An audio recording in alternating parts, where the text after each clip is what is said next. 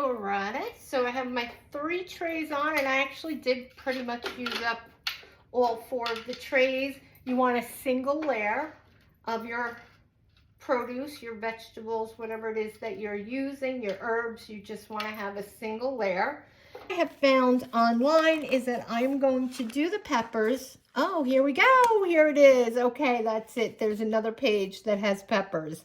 Peppers here. Remove the stems, seeds, cut into 1/2-inch pieces. Thankfully, I did that. 5 to 12 hours. Okay, so what I found online is we're going to set the temperature to 135.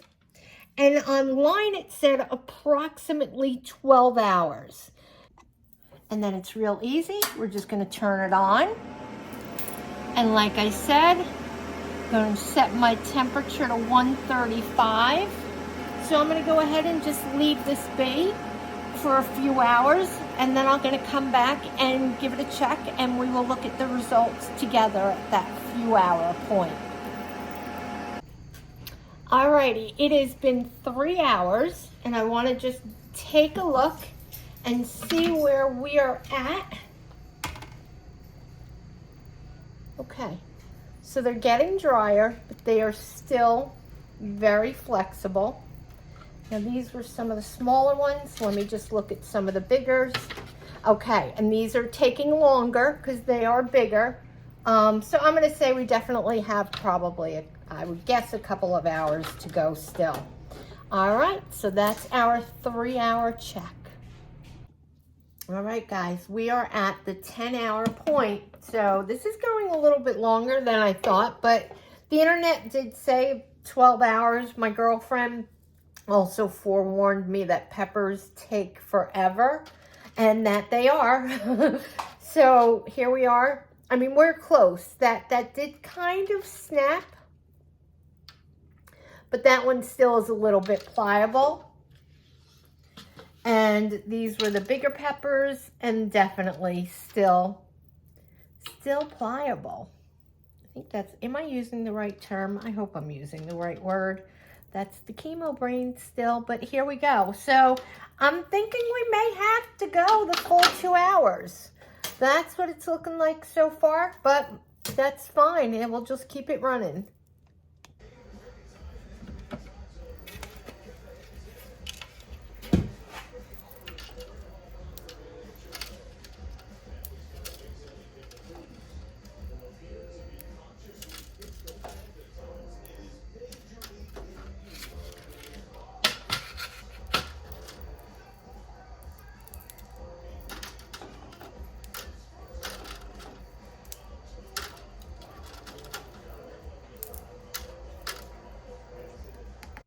I'm going to finish this up doing a voiceover. I have 4 boys, so it gets a little noisy sometimes.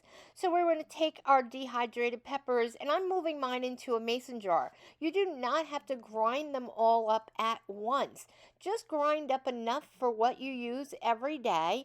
Keep the remaining peppers in your mason jar tightly sealed in your pantry, and then just grind them when you run out. This way you always have freshly ground paprika. And it is amazing the difference. It is just night and day between store-bought and freshly ground homemade paprika. So I'm putting it into my Ninja Foodie single-use cup, and I'm going to go ahead and put it on there, and let's let my Ninja do its thing. If you have one, you know how powerful these are, and it is doing its thing. It turned it into dust basically right out of the gate. I'm going to give it a couple more pulses for good measure, just to make sure I have a nice fine powder. You can also strain this through a mesh, I lose my words, I'm so sorry. But you can strain it if you like. I did not need to do that at all. And I'm going to go ahead and put this into a cute little seasoning shaker. And I am just double checking. You'll see here when I open it up, just making sure it is nice and fine, and it is perfectly fine. I do not have to strain it at all. I did need a bigger, you see that? I just lose my words. I needed a bigger one of those. And there we go. I've got it into this cute little seasoning jar, putting the cover on, and let's just take a look and admire how beautiful this is. The smell is incredible. Absolutely incredible.